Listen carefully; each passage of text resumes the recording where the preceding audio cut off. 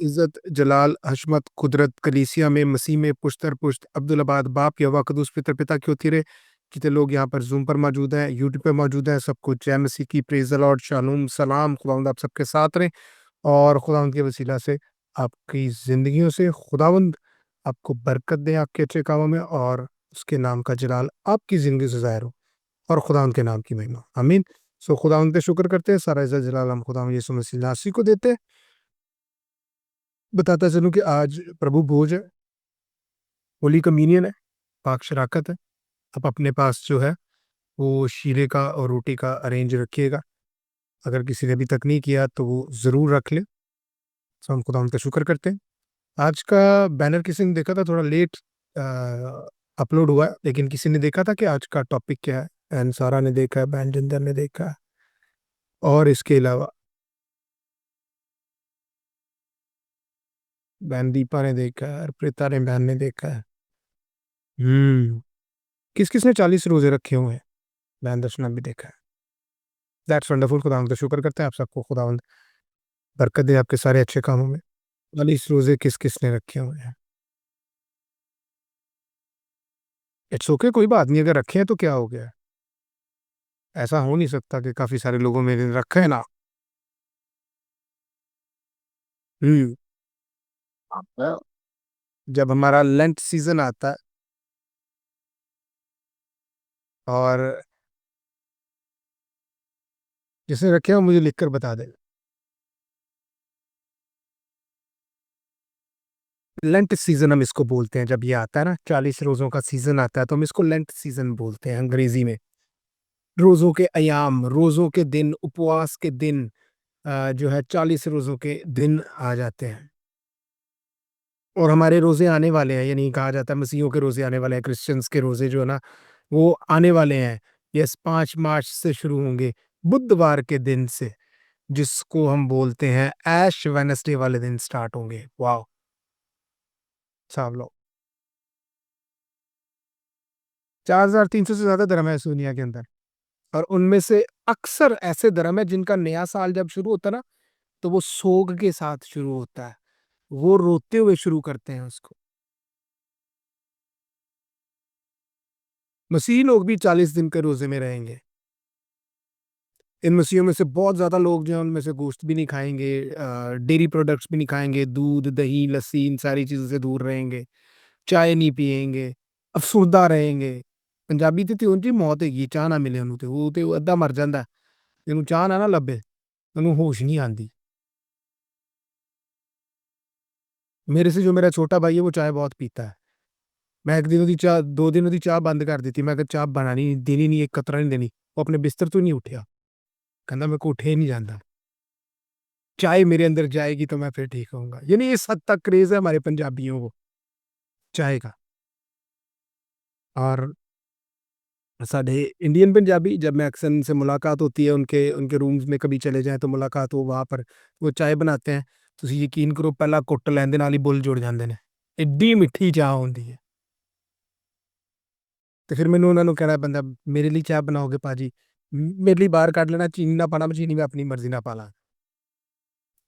इतनी मीठी पीते हैं। ओके, वापस आते हैं।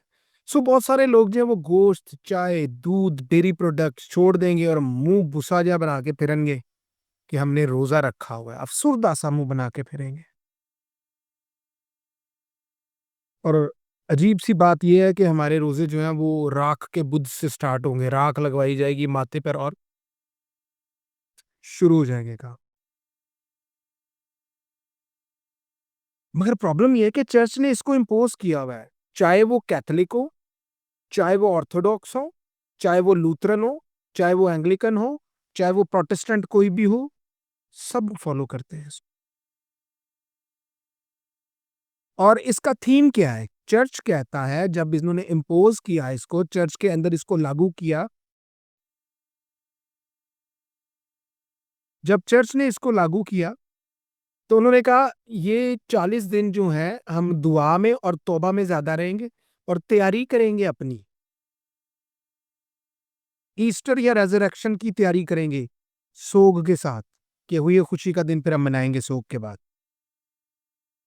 हमने पिछले दिनों देखा था, बेंजामिन ने भी प्रीच किया था। मैंने भी बताया था कि पहला रोजा मूसा ने रखे, 40 रोजे उसने रखे।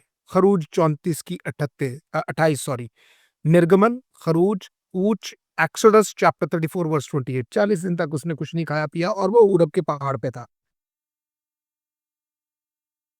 अब जरा गौर से सुनना है, अटेंटिव होके क्या होने जा रहा है। उरब के पहाड़ पर है वो और 40 दिन तक उसने कुछ नहीं खाया पिया। अब एक और मसला हो गया, एलिया भी गया, दूसरा सलातीन दूसरा राजा में, मेरे ख्याल से 18 दे आया है, वो भी जाता है, 40 दिन तक वो भी कुछ नहीं खाता पीता और वो भी हुरब के पहाड़ पर जाता है, माउंट सेनाई या हुरब। अच्छा, दोनों में एक बात कॉमन है, दोनों ने 40 रोजे रखे और 40 रोजों के बाद दोनों ही खुदावन से बात करते हैं, प्रभु से बात करते हैं, बेसिकली वो यीशु से बात करते हैं। दोनों ने रोजे रखे, दोनों ही यीशु से बात करते हैं और दोनों ने 40 रोजे ही रखे, कॉमन बात है। अब तीसरी बात, मत्ती 4 जब हम पढ़ते हैं, लूका 4 मत्ती 4, तो यीशु ने भी 40 ही रोजे रखे। इन तीनों लोगों ने, मूसा ने 40 रोजे रखे, एलिया ने 40 रोजे रखे और यीशु ने भी 40 रोजे रखे। ये तीन लोग बाइबल के अंदर मिलते हैं जिन्होंने 40-40 रोजे रखे।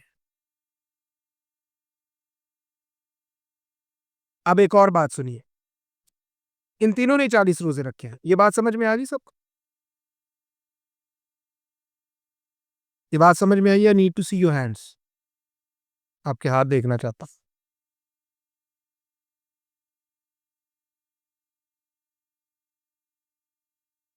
वाह।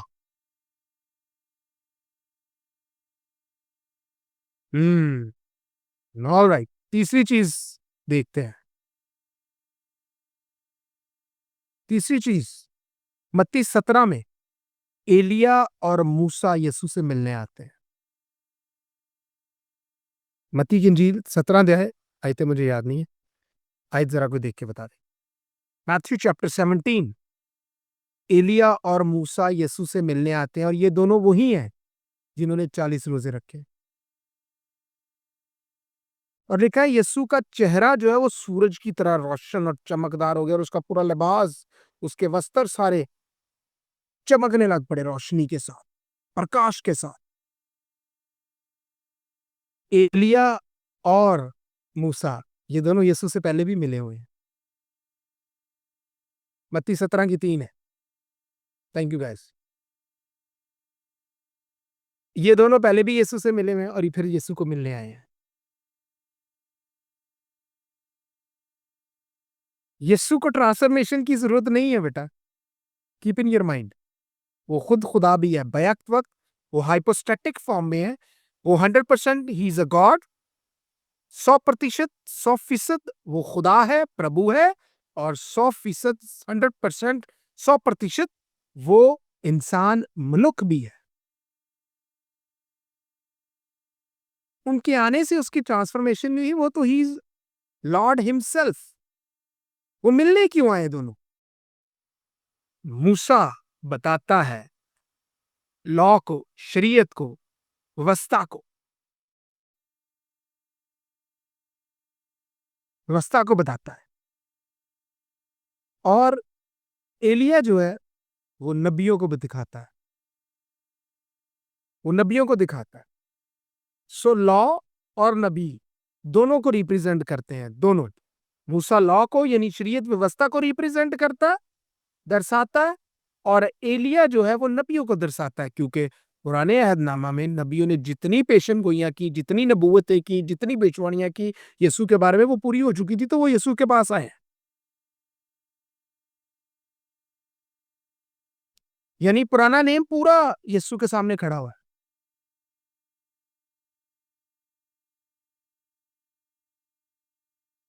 पूरे का पूरा। और एक और कॉमन चीज है इन दोनों में, लाश मूसा की भी नहीं मिली। यहूदा की पत्री 1 अध्याय 9 आयत। कौन ले गया था उसे? मकाईल। लाश उसकी भी नहीं मिली।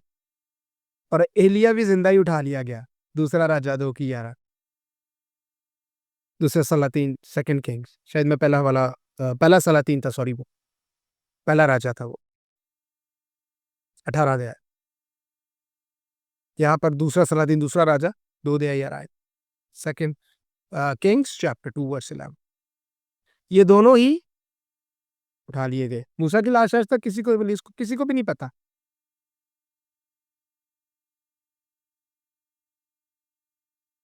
और ये दोनों ही जलाल की बादशाही में गए हैं, प्रकाशित राज्य में चले गए हैं। मूसा उन्हें दर्शाता है जो मरकर प्रभु के राज्य में दाखिल हो गए। गौर से सुनिएगा, मूसा एक और चीज दर्शा रहा है, वो क्या, कि जो मरकर प्रभु के राज्य में खुदा की बादशाही में दाखिल हो गए। एलिया उनको दिखाता है जो उठाए जाएंगे जिंदा, रैप्चर्ड होंगे, मेरे और आपके जैसे भी, जो पुराने नेम में हो गए और जो होंगे, मैं और आप। और खुदावन से मिन्नत करना शुरू करें, अपने आप को बदलना शुरू करें, क्योंकि बड़ा जरूरी है। जितनी स्पीड से हालात चेंज हो रहे हैं, यू कांट इमेजिन। हमारा मसीही अपनी बरकतों से बाहर नहीं आता, अपनी जरूरतों से बाहर नहीं आता, लेकिन आने वाला समय इससे भी खतरनाक आ रहा है। It's very dangerous. सो उससे पहले हम मसीह के साथ चले जाएं, ये बहुत बड़ी हमारे पे अनुग्रह होगा, फजल होगा खुदावन का। पहला थिस्सलुनीकियों 4:13-18। सो एलिया दर्शाता है रैप्चर पीपल्स को, जिंदा उठा लिए गए ना। उसने मौत का मजा नहीं चखा है, उसको नहीं पता मौत क्या होती है। पहला थिस्सलुनीकियों 4:13, नहीं ज्यादा लंबा हो जाएगा, आप खुद पढ़ लीजिएगा।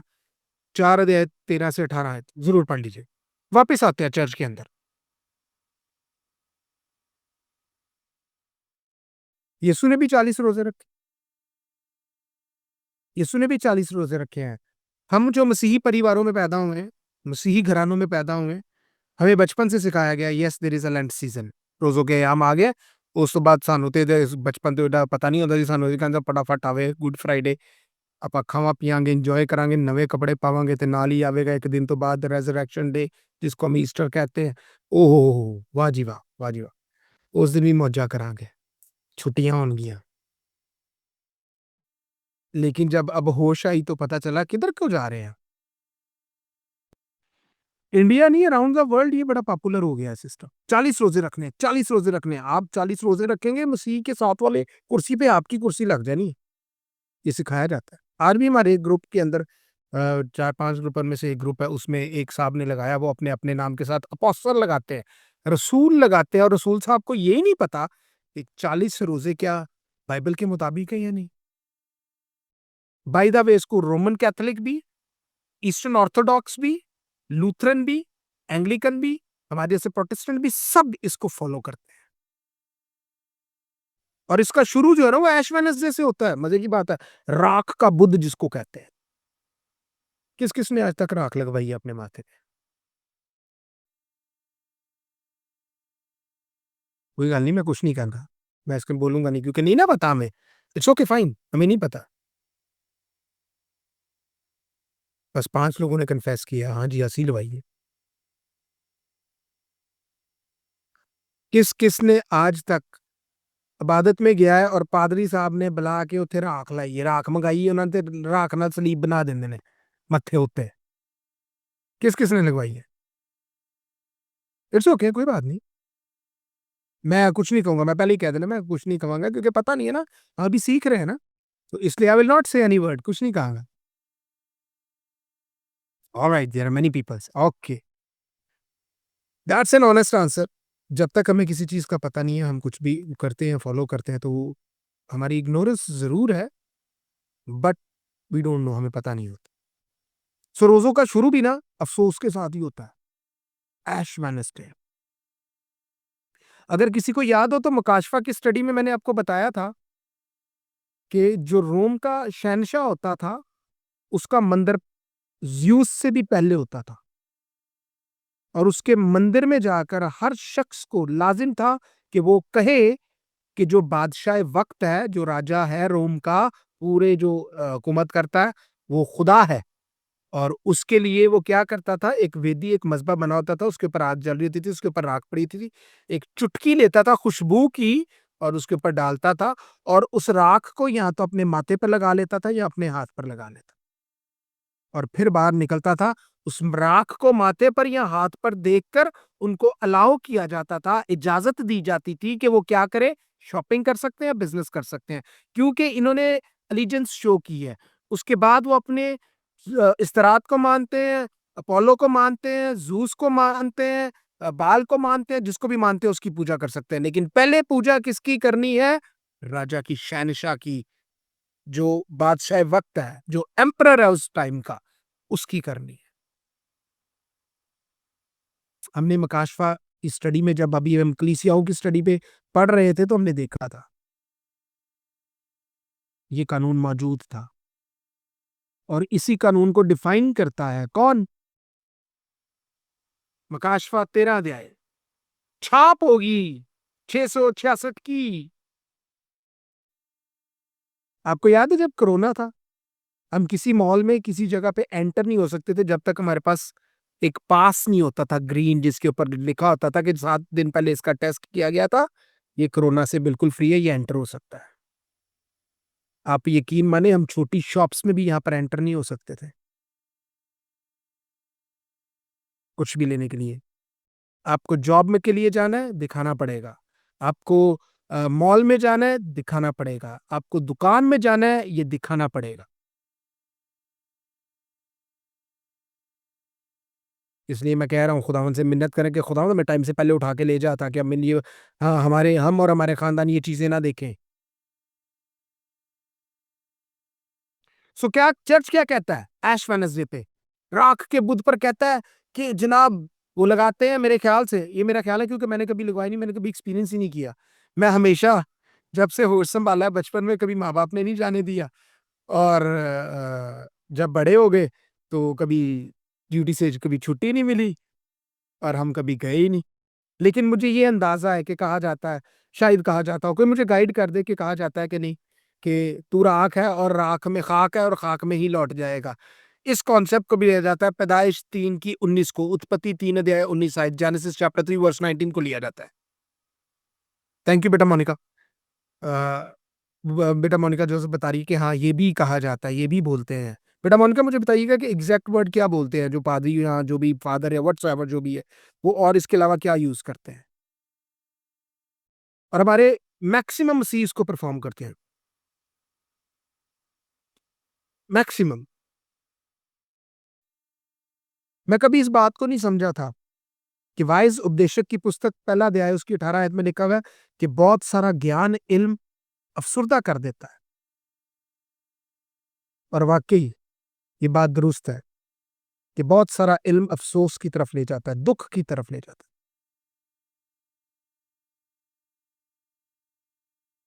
थैंक यू बेटा मोनिका जोसेफ। ओके। खाक है और खाक में ही लौट जाएगा, इसलिए लगाया जाता है कि आपको हलीमी सिखाई जाती है, आजिज़ी, इनकिसारी, निर्मताई के बारे में बताया जाता है कि आप खाक हैं, आपने खाक में लौटना है, सिर्फ़ इन्हीं 40 दिनों में आपने याद रखना है, फिर भुल जाना है। फिर तुसी जो मर्ज़ी आओ, डांस पार्टियाँ करो, भावें लिविंग रिलेशन च रवो ते भावें व्यभिचार, बदकारी करो, कोई रोकने-टोकने वाला नहीं है, फिर शुरू हो जाओ। इसमें कोई शक नहीं है, जितना ज़्यादा ज्ञान होता है, जितना ज़्यादा इल्म होता है, उतना ही ज़्यादा दुःख होता है। हैरत की बात है, हमारे पास्टर्स, हमारे reverends, so called pastors, so called apostles, रसूल और ये नबी, इन्हें गाइड करते हैं। मैं तो हैरान हो गया उस बंदे का देख के कि ग्रुप में वो अपने नाम के साथ अपोस्टल रसूल लगाता है और उसको इतना ही अकल नहीं है कि बाइबल के मुताबिक 40 रोज़े क्या हैं या नहीं है। ही डज़न्ट नो, बट वो अपोस्टल है, वो एक रसूल है। हैरानकुन बात है। अय्यूब 42 की 6 में भी यही कुछ लिखा हुआ है। दानियेल 9 की 3 में भी यही कुछ लिखा हुआ है। Book of Daniel chapter 9 verse 3। अय्यूब 42 की 6 में भी यही लिखा हुआ है। खाक है, खाक में लौटेगा। और दानियेल 9 की 3 में लिखा हुआ है, बल्कि पढ़ ही लेते हैं, इसको ज़रा पढ़ें, वो ज़्यादा अच्छा रहेगा। Book of Daniel chapter 9 verse 3। ज़रा कॉन्सेप्ट देखते हैं कि चर्च ने ये कॉन्सेप्ट उठाया कहाँ से? तब मैं अपना मुख अपना मुख प्रभु परमेश्वर की ओर करके गिड़गिड़ाहट के साथ प्रार्थना करने लगा और उपवास कर टाट पहन रात में बैठकर वरदान मांगने लगा। और मैंने खुदावंद खुदा की तरफ रुख किया और मैं मिन्नत और मनाजात करके और रोजा रख के और टाट ओढ़कर और राख पर बैठकर उसका तालिब हुआ। आमीन। इसको समझ आया? यूना 3:6 भी पढ़ते हैं जरा, लेट्स गो।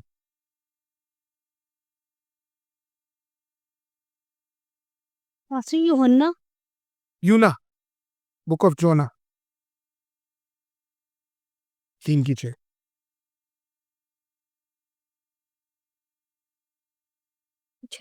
तब तब ये समाचार निन्वे के राजा के कान में पहुंचा और उसने सिंहासन पर से उठ अपना राज की ओढ़ना उतार कर टाट ओढ़ लिया और राख पर बैठ गया। इसको समझ आ रही? और यह खबर जी बेटा, प्लीज कैरी ऑन। और यह खबर निनवे के बादशाह को पहुंची और वो अपने तख्त पर से उठा और बादशाही लिबास को उतार डाला और राख पर बैठ गया। अय्यूब 42:6 में भी ये कुछ लिखा है, फास्टिंग, सैकक्लॉथ एंड एशेज। तो टाट ओढ़ राख पर बैठ गया। आमीन। रोजा, टाट ओढ़ना, मैंने आपको बताया था कि वो बकरी की स्किन से, चमड़े से बना होता है और वो बड़ा सख्त होता। और राख पर बैठ गए। यूना में भी क्या हुआ? सैकक्लॉथ, टाट ओढ़ा और बैठ गए डस्ट के अंदर, राख के अंदर। सो पुराने नेम के अंदर हमें मिलता है, हाँ, रोजा रखना है, टाट ओढ़ना है और क्या करना है? राख। आपको खुदा खुद भी कहते हैं आपको आजिज़ी निर्मता ही दिखानी है, ऐसे ही। योएल की पुस्तक 2 अध्याय 12-13 आयत, कल भी पढ़ा था हमने, इसको जरा दोबारा पढ़ लेते हैं। योएल की किताब 2 बाब 12-13 आयत। सरप्राइजिंग है। तो भी यहोवा की यह वाणी है, अब भी सुनो। उपवास के साथ रोते पीटते अपने पूरे मन से फिरकर मेरे पास आओ। अपने वस्त्र नहीं, अपने मन ही को फाड़कर अपने परमेश्वर यहोवा की ओर फिरो, क्योंकि वह अनुग्रहकारी, दयालु, विलंब से क्रोध करने वाला, करुणा निधान और दुख देकर पछताने हारा है। आमीन। हम्म लेकिन खुदावंद फरमाता है, अब भी पूरे दिल से और रोजा रखकर और गिरियोजारी और मातम करते हुए मेरी तरफ रजू लाओ, और अपने कपड़ों को नहीं बल्कि दिलों को चाक करके खुदावंद अपने खुदा की तरफ मुतवज्जो हो, क्योंकि वो रहीम और मेहरबान, प्यार करने में धीमा और शफकत में घने हैं, और अजाब नाजिल करने से बाज रहता है। आमीन। पुराने नेम की बातें हैं जो हम डिस्कस कर रहे हैं कि वहां पर कहा गया टाट ओढ़ो, राख लगाओ और रोजा रखो। तो चर्च में भी ये चीजें आज इंप्लीमेंट हुई हैं। कब से हुई हैं? काउंसिल ऑफ नीसिया ने, कॉन्स्टेंटाइन ने, जब उसने मसीहत को कबूल कबूल किया, रोम के एम्परर ने, बादशाह ने, उसने जब काउंसिल ऑफ नीसिया बनवाई, उन्होंने इस स्ट्रक्चर को डेवलप किया, उन्होंने इसके कानून बनाए और ये तब से चलते आ रहे हैं। और फिर चौथी सदी की बात कर रहा हूँ, 4th सेंचुरी की, मसीह के बाद चौथी सदी की बात कर रहा हूँ। उन्होंने 40 रोजे जो हैं वो इंप्यूट करवाए चर्च के अंदर, क्योंकि वो कहते थे 40 साल इसराइली भटकता रहा है। मूसा, एलिया, यीशु ने 40 दिन के रोजे रखे। फिर 5वीं और सदी सेंचुरीज में इसको पूरा एक स्ट्रक्चर दे दिया गया। अब जरा गौर से सुनना क्योंकि अब इंटरेस्टिंग होगा। 5वीं और 6ठी सदी में रूल्स, कानून दे दिए गए कि इन 40 रोजों के कानून क्या होंगे। काउंसिल ऑफ नीसिया की तरफ से कानून बनाए गए जिसमें ये लिखा गया और इसको इंप्लीमेंट करवाया गया। सबसे पहली चीज, गोश्त नहीं खाएंगे, ये कानून में ऐड करवाया गया। मेरा वगैरह तो भूखा मर गया ना, गोश्त नहीं खाओगे। दूसरी बात, दूध, मक्खन, दही नहीं खाएंगे, डेयरी प्रोडक्ट्स हम नहीं खाएंगे। तीसरी बात, डिजर्ट्स भी नहीं खाएंगे, खुशी केक वगैरह जो भी आप खाते हैं, डिजर्ट्स, जैम जूम, ये वो नहीं खावांगे। दूसरी चीज जो उसके अंदर ऐड करवाई गई, गौर से सुनिएगा, ज्यादा से ज्यादा दुआ में रहना है, तौबा करनी है और दान करना है, ज्यादा देना है गरीबों को ज्यादा। ये वैसे ही हो गया कि आप बाकी धर्मों को भी ले लें, वहाँ पे भी ये कॉन्सेप्ट मिलता है। 5वीं और 6ठी सदी की बात कर रहा हूँ, आफ्टर डेथ, यानी यीशु के बाद की बात कर रहा हूँ। तब ये कानून इनमें ऐड करवा दिए गए कि आपने गुनाह पाप किए हैं, एक ही बार जाओ, जाके अपना जो भी करना है करके वापस आओ, तुम्हारे गुनाह माफ, फिर दोबारा से शुरू, गंगा नहा लो, फिर ठीक है। फिर तुसी गुनाह शुरू कर दो, पाप शुरू कर दो, कोई रौला नहीं हैगा। फिर जाओगे माफ करा के, फिर वापस आके फिर गुनाह शुरू कर देंगे। रिपेंटेंस, पश्चाताप, तौबा का मतलब होता है दोबारा उस डगर पर नहीं जाना, उस रास्ते पर नहीं चलना, वो गुनाह नहीं करना। तीसरा रूल जो इसमें ऐड करवाया गया वो था ऐश वेडनेसडे, राख का बुध। 6ठी सदी ईसी में इसको इंट्रोड्यूस करवाया गया, 6th सेंचुरी आफ्टर जीसस, यीशु के बाद की बात कर रहा हूं मैं। पतरस को कभी भी आप राख लगाते नहीं देखेंगे, ना उसको टाट पहन के ओढ़ के ऐसे रोजे रखते देखेंगे आप। पलूस को नहीं देखेंगे कभी ऐसा काम करते, ना ही आप देखेंगे यूहन्ना को, प्रेरित को, रसूल को। आपको कोई भी ये बात करता हुआ नजर नहीं आएगा, लेकिन चर्च ने इसको ऐड करवा दिया। और मजे की बात यह, तब वेस्टर्न चर्च करता था, फिर और ईस्टर्न ऑर्थोडॉक्स कौन है, ये कैथोलिक की तरह के ही हैं, जो यूरोप में पाए जाते हैं। और आप यकीन माने, यूरोप अमेरिका कनाडा से इंतहाई गंदा है, इंतहाई गंदा है। आप सोचोगे मैंने गंदे का शब्द क्यों इस्तेमाल किया है, व्यभिचार, बदकारी। आप यकीन माने, उनकी बाप के सामने बेटी ऐसे कपड़े पहनती है जैसे उस गर्लफ्रेंड होती है, और आदमी सोचता रह जाता है कि यार इनको शर्म नहीं आती है।